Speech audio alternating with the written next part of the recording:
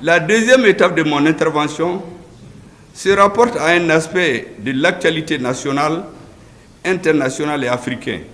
Il s'agit précisément du débat entre l'AES et la CEDEAO. Attachez vos ceintures.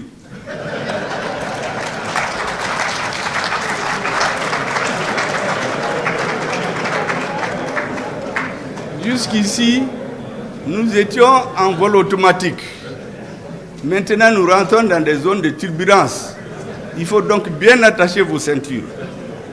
Mesdames et messieurs, comme nous le savons, la confédération de l'AES a été mise sur les fonds baptismaux le samedi 6 juillet 2024 à Niamey. Et l'acte constitutif de la confédération a été paraphé par les éminents dirigeants de nos trois pays, le Burkina Faso, le Mali et le Niger, leur Excellence, le capitaine Ibrahim Traoré, le colonel Assimi Goïta, le général de brigade Abdraman Tchani. J'écoute tous les matins toutes les radios internationales. J'écoute les interventions des citoyens. Je lis la presse. Je vous assure que je me rends compte souvent que certains ne savent même pas de quoi ils parlent. Parce qu'il y a une campagne médiatique internationale de semer le trouble dans l'esprit des Africains, de l'AES, en disant « Mais oui, on est une seule famille, on est en train de sortir de la famille, anga ben, anga fragnonka, sinon on va se diviser. » Mais dans le monde de toujours, est-ce que vous avez vu une décision importante qui n'avait pas été la décision de quelques hommes déterminés qui ont le sens de l'histoire? Aucun des grands dirigeants qui a marqué l'histoire n'est allé chercher le consensus total sur ce qu'il fait. On choisit ce qui est intéressant pour le peuple à un moment donné de l'histoire et on prend cette voie, que ce soit par élection. Dans les élections, vous voyez, un président, les présidents qui viennent, ils compétissent, il y a un qui prend, qui gagne, mais c'est sa ligne qui s'impose à tout le monde, jusqu'aux élections suivantes. Mais il ne vient pas dire, ah, on met tout le monde ensemble. Mais ça, c'est quoi ça? Si vous mettez tout le monde ensemble, vous ne ferez rien. Parce que dans une société, les avis sont contradictoires. Quand un avis prime, c'est lui qui s'impose, jusqu'à ce que le peuple ou l'histoire rejette cette ligne et suit une autre ligne. Donc même les dirigeants démocratiques, cette histoire de consensus des dirigeants, tout le monde ensemble, c'est pas ça. Les grands pays, si vous les regardez, à chaque étape de leur histoire, les dirigeants choisissent une voie. Ils l'expliquent au peuple et ils avancent. Si c'est à travers des élections, si ça ne marche pas, on les enlève. Si c'est d'autres voies, on trouve les moyens de les enlever. Mais ils ne viennent pas s'asseoir pour dire que tant qu'ils n'ont pas l'assentiment de tout le monde, ils ne vont jamais avancer. Ça n'existe pas. Et ces pays où on a inventé le terme clivant, parce que moi je sais que ça a été élaboré ailleurs et mis dans la bouche de certains, mais chez eux, ils sont clivants. Chez eux, les dirigeants font ce qu'ils ont dit au peuple, avec quoi d'autres n'étaient pas d'accord, jusqu'à ce qu'ils réussissent ou ils échouent. Et donc les dirigeants de l'AES ont fait un choix au nom de leur peuple. Notre rôle, c'est de l'expliquer à nos peuples, convaincre de la justesse de notre choix et espérer que l'histoire nous donne raison. Et je suis sûr qu'on aura raison. Si l'histoire montrera le contraire, les peuples tireront les conclusions. C'est pour cela que lorsque j'écoute tous ces discours, je me dis, mais il faut quand même donner quelques éclaircissements aux uns et aux autres. Les dirigeants maliens, burkinabés, Niger, ne se sont pas levés comme ça pour quitter les casernes, venir dire qu'ils sont au pouvoir. Mais au Mali, on n'avait plus de pays. Les 80% de notre pays étaient occupés par les terroristes. Ce n'est que dans la capitale qu'on voyage, on fait des meetings, on fait des cravates, mais alors il n'y avait rien. Moi, depuis 2014, je ne peux pas aller dans mon village. Il y a des chefs de parti qui demandent des élections, mais ils ne peuvent pas aller chez eux, faire des élections. Mais le peuple a dit que ça suffit. Il a manifesté pendant des mois. Et l'armée malienne est venue délivrer le peuple malien. Donc les militaires maliens ne se sont pas levés, quitté le front et venir prendre le pouvoir. Ça, c'est le Mali. Au Burkina, c'est une autre réalité. Là-bas, le système démocratique marchait. On a fait les élections. Il y a un président qui est là, une assemblée, tout fonctionnait. Mais c'est l'insécurité encore. Les citoyens ne vivaient pas. Finalement, ils se sont révoltés. Donc, c'est le résultat d'une insurrection militaire qui a mis fin à ce qu'ils appellent le régime démocratique.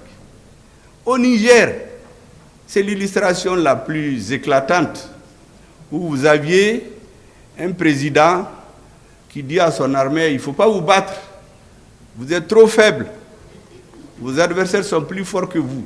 Mais en période de guerre, ça c'est intelligence avec l'ennemi. Ça c'était le Niger. On tuait les gens par milliers. On ne pouvait même pas manifester. Vous vous rappelez quand Barkhane a quitté ici, les Nigériens qui ont voulu dire non. Mais le meneur de la contestation, on l'a tué, on l'a brûlé dans sa voiture, personne n'en parle jusqu'à aujourd'hui. On a terrorisé les Nigériens. Ils étaient obligés d'être cloîtrés chez eux. Vous sortez votre tête, on fracasse. On continue à tuer les militaires. La population était désarroie. Donc les militaires nigériens ne se sont pas levés du jour au lendemain pour venir au pouvoir. C'est pour délivrer ce peuple-là, qui ne pouvait plus parler, qui ne pouvait plus agir. Et donc nos présidents, ils ne sont pas, entre parenthèses, démocratiquement élus, avec souvent des pourcentages qui font honte, mais ils sont le produit de la volonté populaire, des souffrances de leur peuple et de leurs exigences. C'est pour cela que, lorsque le 7 juillet 2024, le 6 juillet a été mis sur les fonds baptismaux la Confédération de l'AES. Nous avons vu dès le 7 juillet se tenir à Abuja une réunion de la CEDEAO qui avait à son ordre du jour, entre autres, la question du retrait de cette institution des 3 pays constituant la Confédération de l'AES. Mais à l'issue de ce sommet, la CEDEAO a pris certaines décisions sur ce sujet. D'abord, je constate que la Confédération de l'AES a confirmé le retrait définitif des 3 pays membres de la CEDEAO.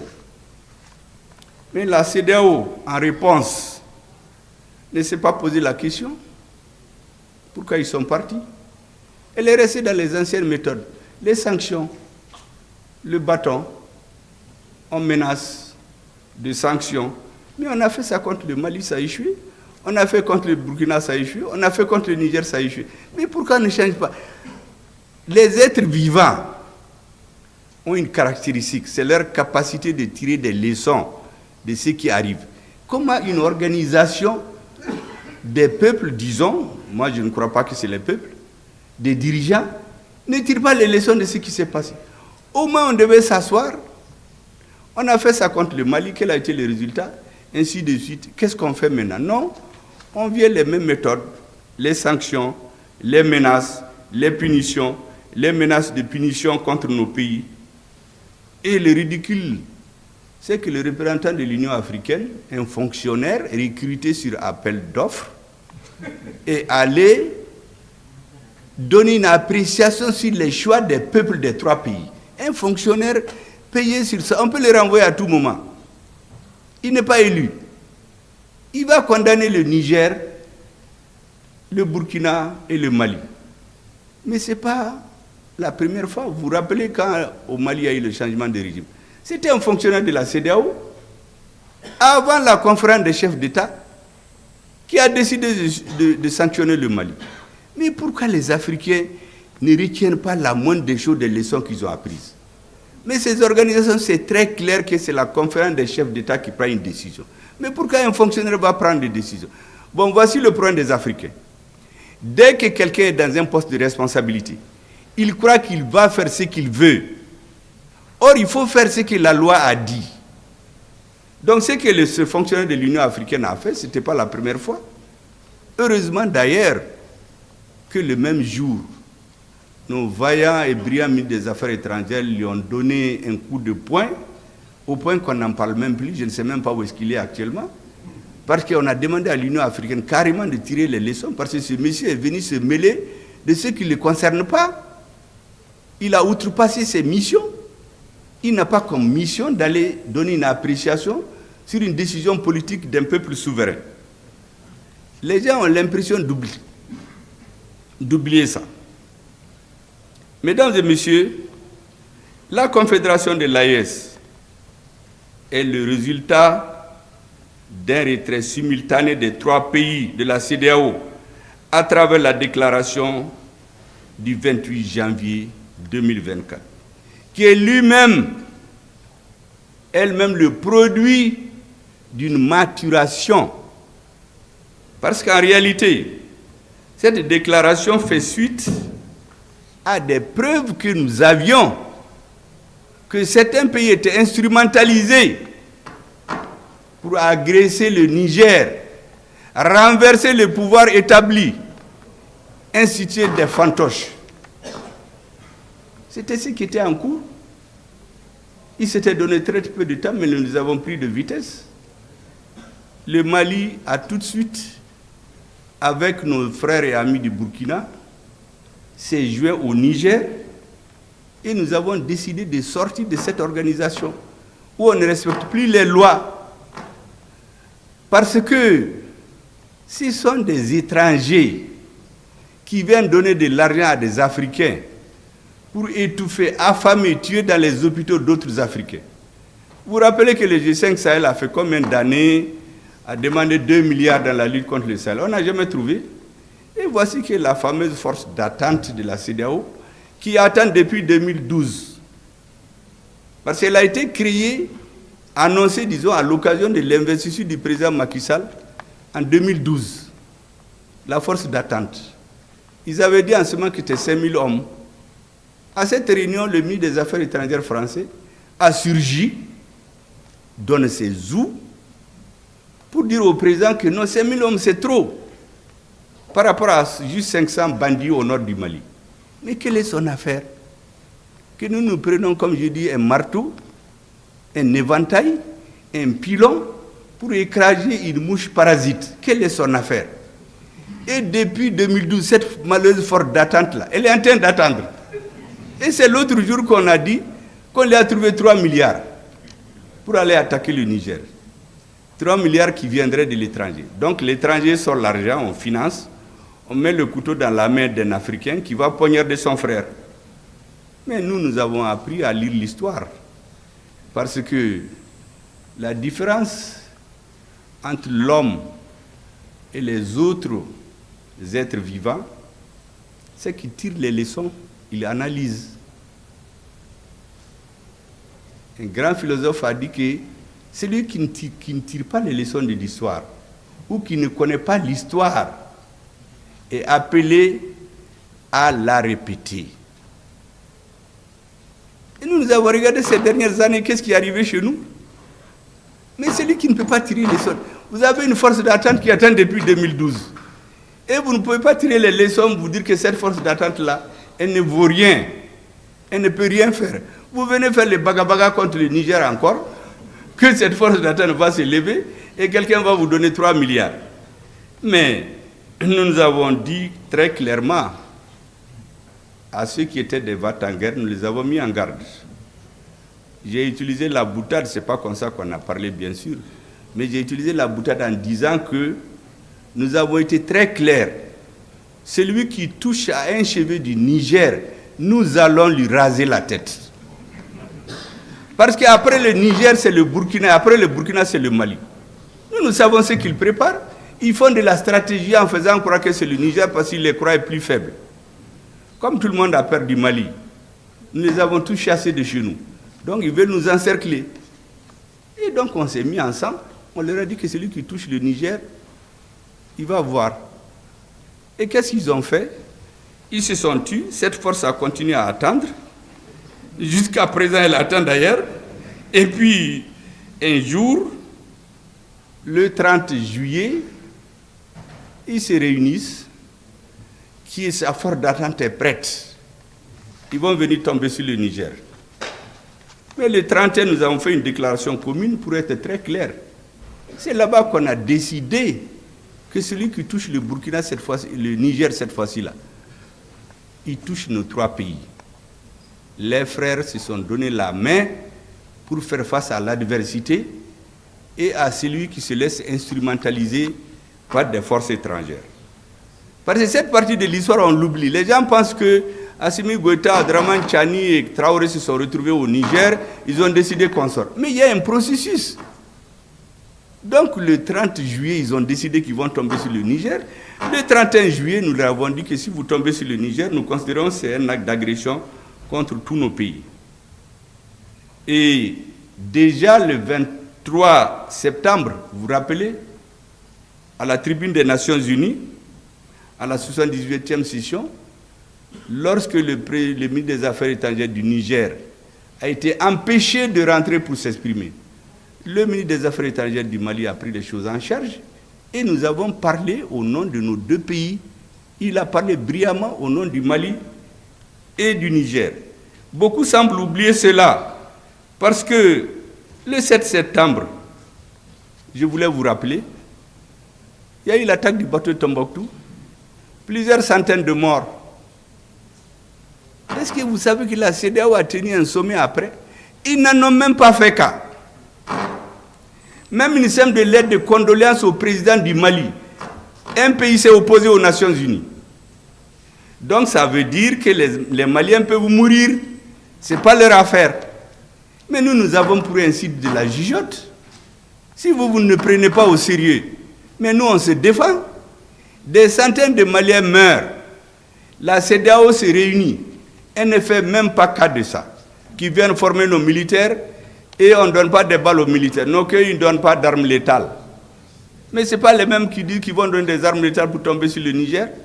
Ce n'est pas les mêmes qui envoient des instructeurs dans un pays européen de l'Est avec des armes létales. Mais les gens pensent que nous, on ne réfléchit pas. Mais on compare tous les jours que Dieu fait. Et on s'est rendu compte que notre destin doit être pris en main par nous-mêmes et nos peuples. Personne d'autre ne le fera. Parce que lorsque vous avez à la tête des États des gens qui ont décidé d'être des agents d'exécution des décisions politiques des pays extra-africains, nous ne pouvions pas continuer à accepter cela. Et, mesdames et messieurs, lorsque le 14 novembre, nous avons pris Kidal, après 13 ans d'occupation, la CEDEAO n'a rien dit. Pour eux, c'était un non-événement. Et pourtant, depuis 13 ans, l'État malien a été obligé d'être chassé de Kidal. Et pourtant, quand ces forces arrivaient à Kidal, il nous avait dit, vous vous rappelez du fameux discours de François Hollande, la force Serval va au Mali pour premièrement détruire détruire le terrorisme. Deuxièmement, imposer l'autorité de l'État sur l'ensemble du territoire. Troisièmement,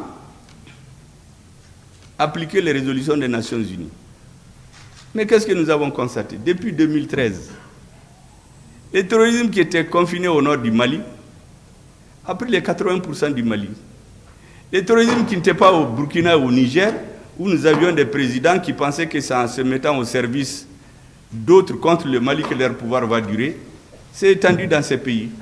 Le terrorisme est allé frapper à Grand Bassam. Le terrorisme, à partir de 2019, s'est installé au nord du Bénin et du Togo. Mais donc, la première version, c'était du mensonge. Parce que vous savez, les Africains, le problème que les Européens ont utilisé les mentalités. Un Africain, ils ont deux comportements vis-à-vis de lui. Ils le caressent dans le sens du plat pour le flatter devant les gens, comme un gros bébé. Et quand ils sont seuls, on le menace pour qu'il accepte tout. C'est les deux méthodes qu'ils utilisent. Devant les caméras, c'est des amis, des accolades, mon frère et ami. Mais quand ils rentrent dans la salle, ils le menacent. Et finalement, ils ont toujours ce qu'ils veulent. Mais ça ne peut pas marcher avec nous. Nous n'avons pas besoin qu'on nous fasse des compliments. Nous voulons qu'on règle les problèmes. Et donc, pendant 10 ans, le terrorisme s'est étendu. quant à l'autorité de l'État au nord du Mali, je répète ces choses-là pour que les Africains et les Maliens comprennent. Mais qui a empêché l'État malien d'aller à Kidal? Mais c'est l'État français. Notre président de transition avait demandé un appui aérien et un renseignement. Il n'était jamais question de militaires français. Mais qu'est-ce qu'ils ont fait? Ils nous ont empêchés d'aller à Kidal. Après, ils ont amené 5000 militaires de certains pays africains, avec un budget de 1 milliard de francs CFA par jour. Pendant 10 ans, on exploite de l'or, on amène des milliers de citoyens d'autres pays africains. À Kidal, à Gao, de l'or. Où va l'or? Personne ne sait. Mais il y a une petite partie qui vient alimenter l'oligarchie à Bamako, composée de politiciens, de juges, de militaires, tous ceux qui ont de l'influence pour nous maintenir dans l'esclavage. Jusqu'au jour où Dieu a délivré le peuple malien, ils ont été chassés. Est-ce que vous savez qu'il y avait des gens qui ont 96 millions de francs CFA par jour, par mois disons, dans l'exploitation de l'or, ceux qui se sont mis à leur service? Ça, c'est la petite quantité qu'on donne à ces valets-là. Mais le reste va, on ne sait où. C'est pourquoi il y a des pays où on ne produit même pas de l'or, mais qui ont des milliers de tonnes d'or dans leur trésor. Mais nous, on lit tout ça. Aucune route, aucun puits pendant 10 ans au nord. Toutes les populations sont parties. Tous ceux qui peuvent faire les affaires économiques, les hommes d'affaires, assassinats ciblés, pour créer un vide. Et on dénigre les militaires. Moi, j'ai écouté des généraux se moquer de nos militaires. Ah, les militaires. Et puis, il y a des hommes politiques aussi qui les remboîtent le pas. Il y a des hommes politiques ici qui disent, ah oui, au Mali, il n'y a pas de militaires. Ils ne sont bons que pour les défiler les coups d'État. Dès que tu tires, ils fuient. Et j'entends des généraux dire là, non, non, non. Même les véhicules qu'on leur donne, ils les vendent. Ils enlèvent le moteur, ils enlèvent les pneus. Pour décourager les Maliens. Pour amener chez eux, cultiver chez nous le rejet du militaire.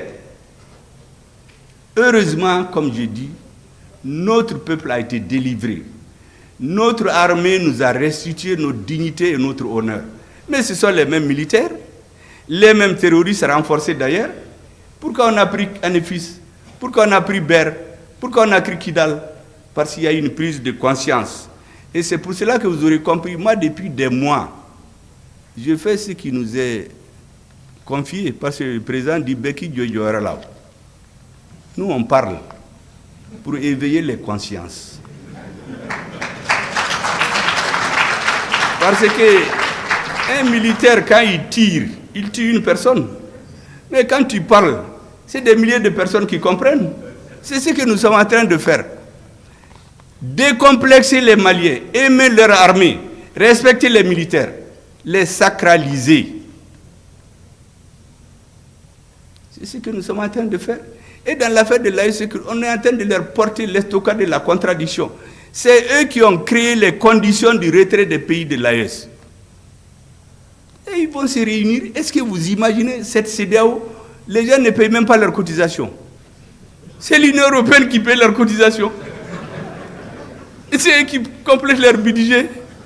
Vous imaginez dans le siège de la CEDEAO, il y a des militaires, des colonels et des officiers supérieurs européens qui ont des bureaux dans les bureaux de la CEDEAO pour manipuler. Vous avez vu le dernier sommet? C'est une ministre d'un autre pays qui vient. Vous avez vu la photo, elle donne des instructions, le doigt en l'air au président de la commission, comme un élève qu'on a surpris dans les toilettes. On lui fait comme ça, la tête baissée. Président de la commission de la CEDEAO, un ministre, un sous-ministre d'un autre pays. Et c'est ce monsieur qui vient nous menacer. Mais ils ne connaissent pas les Maliens. Nous, nous sommes un peuple de guerriers. On a renvoyé les Français. Et tous les présidents qui se sont attaqués au Mali, en Afrique, ils ont tous mal fini.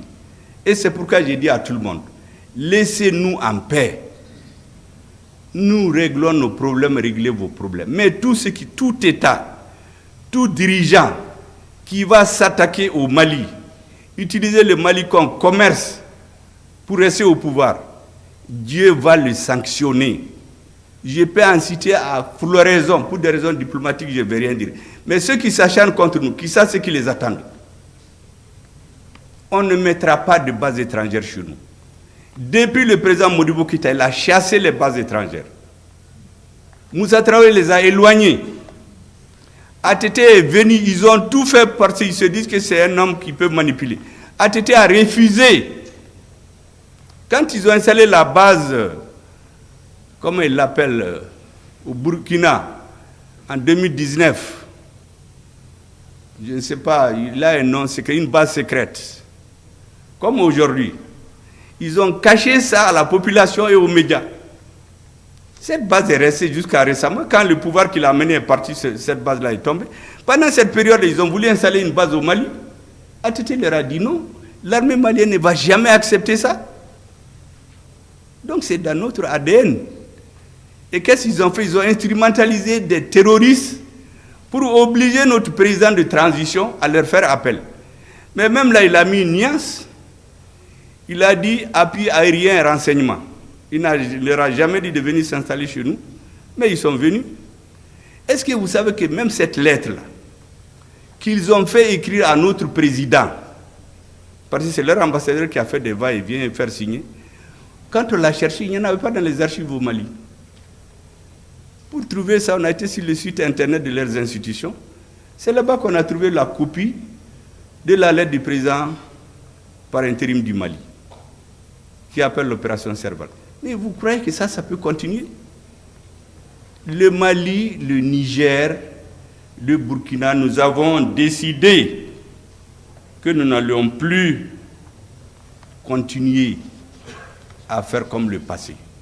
Et c'est pour cela que vous avez vu l'AES, c'est des organes très légers. On n'a pas créé une bureaucratie, on va mettre des agents qu'on va corrompre. C'est de façon tournante. Il n'y a pas une structure où on va placer des sièges, faire des luttes pour placer des cousins, des parents, des affidés pour vendre l'Afrique. Mais chez eux là-bas, je vous ai dit qu'à la CEDEAO, mais est-ce que vous avez vu un sommet de l'Union européenne ou de ces pays où des Africains sont dans la salle? Mais ces gens-là, dans toutes les réunions, c'est des gens des autres pays qui sont dans la salle. On les manipule dans les couloirs. Les militaires qu'on envoie là-bas, on les manipule. En réalité, on dit que c'est... Mais ils sont au service de ces pays. Sinon, qu'est-ce qu'un militaire de l'Union européenne va venir faire dans les bâtiments de la CEDEAO? Qu'est-ce qu'il vient faire là-bas? Mais nous, nous savons ce qu'il fait. Nous connaissons son nom. Je ne veux pas le dire seulement pour des raisons que vous comprenez. Nous savons de quel pays il vient. Les gens avec lesquels ils sont en contact, et là-bas et ici, on le sait. Mais il faut que les gens arrêtent. Il faut que les Africains tirent les leçons de ce qui est arrivé ici et là. Vous savez, la polémique qu'il y a aujourd'hui entre un président de l'AES et certains pays par rapport à un président de l'AES et le Niger, disons, et certains pays par rapport aux bases secrètes. Les bases secrètes là, personne ne les a jamais reconnues. Est-ce que vous avez jamais entendu un pays dire « Ah oui, je reconnais qu'il y a des bases secrètes chez moi ». Généralement, quand les surprend la main dans le sac, ils ont deux attitudes. Ou bien ils se taisent en attendant que la tempête passe, ou bien ils se lèvent le verbe très haut pour faire des dénégations.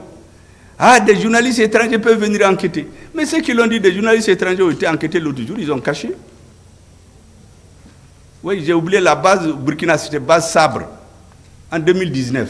Mais on a caché ça même au peuple burkinabé. C'est une base secrète. Ils ont voulu la mettre au Mali, ATT a refusé. Le président qui était là-bas pensait qu'en faisant leur jeu, ça lui permet de durer au pouvoir. Mais après, le peuple burkinabé s'est soulevé, on l'a fait partir. Les bases secrètes, c'est pourquoi ça s'appelle secrète. Ils ne les reconnaissent jamais. C'est de cette base-là qu'ils avaient prévu de tomber sur le Niger, renverser le régime. C'est pour cela que le 28 janvier, nous nous sommes retrouvés. On a dit qu'on quitte cette maléfique organisation pour qu'on ne se serve pas de ces textes pour nous brimer. Mais ces aspects, on les oublie. Comme si les présidents ont pris leur avion, ils ont été à Niamey, ils ont dit, bon, on crée l'AES. Ou ceux qui disent, mais qu'est-ce qu'on va devenir? Mais nos peuples ont existé avant la CEDEAO.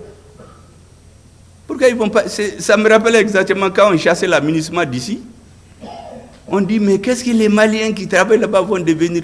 Mais ces Maliens existaient avant la CEDEAO. Vraiment, je voulais dire que tout cela doit amener les Africains à comprendre. Notre dessein doit dépendre exclusivement de nous, de nos peuples, de nos dirigeants. Et je termine par une dernière mise en garde. Je l'ai dit, je le répète. Je ne veux pas jurer, mais je suis sûr. Tous les pays, tous les dirigeants, qu'ils soient africains ou ailleurs, qui se mettent dans des complots contre notre peuple, ils vont payer ça. L'agenda de Dieu est différent de celui des hommes. Il y en a qui vont perdre les élections, ils vont fuir le lendemain. On a vu ici. Dès le lendemain, ils ont fui. Pourtant, ils ont tout fait.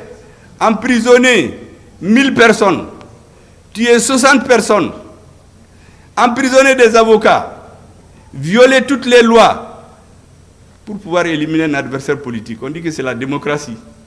Mais la démocratie, c'est les lois. Lorsqu'on utilise tout ça, le nombre de personnes, si c'était dans un régime militaire qui a eu 60 morts d'un coup, ils allaient dire, mais ça c'est la dictature militaire. On est en train de tuer la population. Mais ceux qui sont morts dans ce pays-là, ce n'est pas des citoyens. Mais on dit que le président est démocrate. Ou on fait un coup d'État au Niger, on dit qu'on va faire une réunion de défense à Paris. Et quelques jours après, il y a un coup d'État dans un pays africain. Ils disent, non, on va suivre ce qui va se passer là-bas. Et puis, quelques jours après, le ministre des Affaires étrangères de l'Union européenne, Joseph Borrell, il réunit les ministres de la Défense et des Affaires étrangères de l'Union européenne à Toledo, en Espagne. Il leur dit, hey, attention, hein, en Afrique, là, nous avons des intérêts. Il faut qu'on cherche à les comprendre. J'ai dit, ah bon? Toi, tu te réveilles à 14h, nous, on est sur pied depuis 6h. Tu viens nous apprendre maintenant. Bon, est-ce que les Africains, il n'est pas temps que nous comprenions cela? Que les peuples comprennent cela?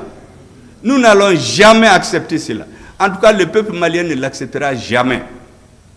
Je l'ai rappelé d'ailleurs à l'adjoint du ministre des Affaires étrangères français en 2021, après notre retour des Nations Unies. Il est venu me bagabaga dans mon hôtel. Quand il a fini son bagabaga là, il a dit, mais allez-y réviser vos cours d'histoire. Il y a des pays que vos arrière-grands-parents ont colonisés en 6 mois, en 1 an.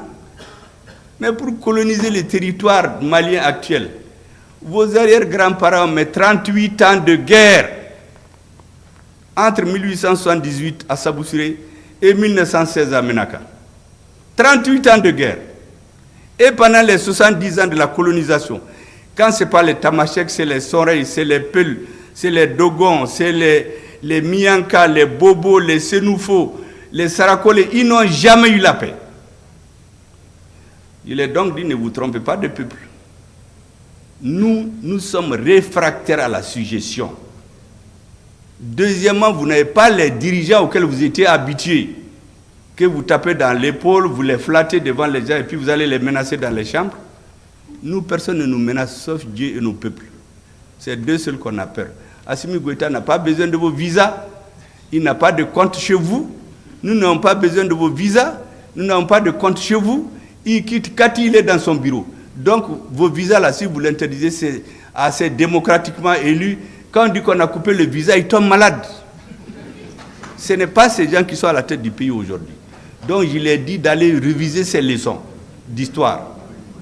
Il me dit, oui, les Russes, eux, ils les ont vus en juillet. Les Russes ne feront rien au Mali. J'ai dit, mais tu es en retard. Moi, j'ai vu notre ministre des Affaires étrangères a parlé avec le ministre des Affaires étrangères russe en septembre. Vous avez parlé en juillet pour aller leur dire de ne rien faire au Mali. Mais nous, on a parlé avec eux en septembre. Ils disent qu'ils vont respecter tous leurs engagements. J'ai dit, donc, tu as donné son caduc, monsieur l'ambassadeur. Donc, vraiment, regagnez votre bureau et attendez un autre dirigeant pour le menacer. Ça, c'est fait le lendemain du 24 septembre. Et c'est ce que nos présidents continuent. Donc, il n'y a rien de nouveau sous le soleil. C'est un processus de conservation de la dignité de nos peuples qui a conduit à la création de l'AES. Ce n'est pas les caprices de 3 personnes seulement. C'est ailleurs qu'il y a les caprices. Parce que si on demande à ces peuples-là, les peuples ne vont jamais l'accepter. Je vous ai donné l'exemple. Certains avaient pensé que les terroristes, c'est au Mali seulement. Ils ont voulu faire de leur pays une base arrière. C'était le Burkina en 2013-2014. Ils ne savaient pas que ça allait arriver chez eux. Au Niger, c'était la même chose. Le terrorisme est arrivé au nord du Bénin depuis 2019. Si les gens continuent à cacher ces bases pour attaquer les pays de l'AES, non seulement ça ne réussira pas, mais comme j'ai dit, en tout cas, tout pays qui va attaquer le Mali, je ne connais pas les autres, il va mal finir. Il faut donc nous laisser en paix. Que chacun fasse ce qu'il veut chez lui. Mais qu'on ne vienne pas se mêler de nos affaires intérieures. Vraiment, mesdames et messieurs, ce sont ces choses-là que je voulais expliquer pour que tout le monde entende et tout le monde comprenne. Moi, j'ai écrit depuis 2019 la faillite de l'État malien. Toutes les prises de position officielles dans les institutions françaises, au Sénat, à l'Assemblée, au gouvernement, des gens qui ont dit qu'il faut diviser le Mali. Je l'ai édité en 2019. Ils ont dit que je suis un subversif avec des bagabagas. C'est ce qu'ils font. Je vous ai dit, quand ils vous voient, ils vous menacent quand vous êtes deux. Quand il y a des gens, on vous caresse, vraiment, vous êtes un ami, un pays ami. Nous, ça ne marche pas chez nous. Hein. On regarde les faits. D'après Lénine, en russe, on dit « fakti ou priami ». Ça veut dire que les faits sont têtus. Il y a des gens qui les répètent, ils ne savent même pas de qui ça vient. Nous, on regarde les faits. Les compliments qu'on donne aux Africains, qu'on essaie de prendre comme des gros bébés, ça ne marche pas avec nous. Voici les messages, mesdames, messieurs, que je voulais vous délivrer et vous dire que les Maliens comptent sur vous. La réforme de la justice, en même temps que ce que l'armée est en train de faire, parce que les militaires ont accompli près de 80% de leur travail. Hein. Mais le reste de la société, on est en train de commencer. Hein. Vous avez vu, les États généraux n'ont pas fini de se tenir. Le peuple attend tout de vous. Parce que la force et la justice, c'est ce qui va faire une société. Dans un pays, les citoyens doivent avoir peur de la force de l'État et avoir honte des sanctions de la justice. Sur ce, mesdames et messieurs, je déclare solennellement ouverte la cérémonie des États généraux du notariat du Mali. Merci bien, Dieu vous bénisse.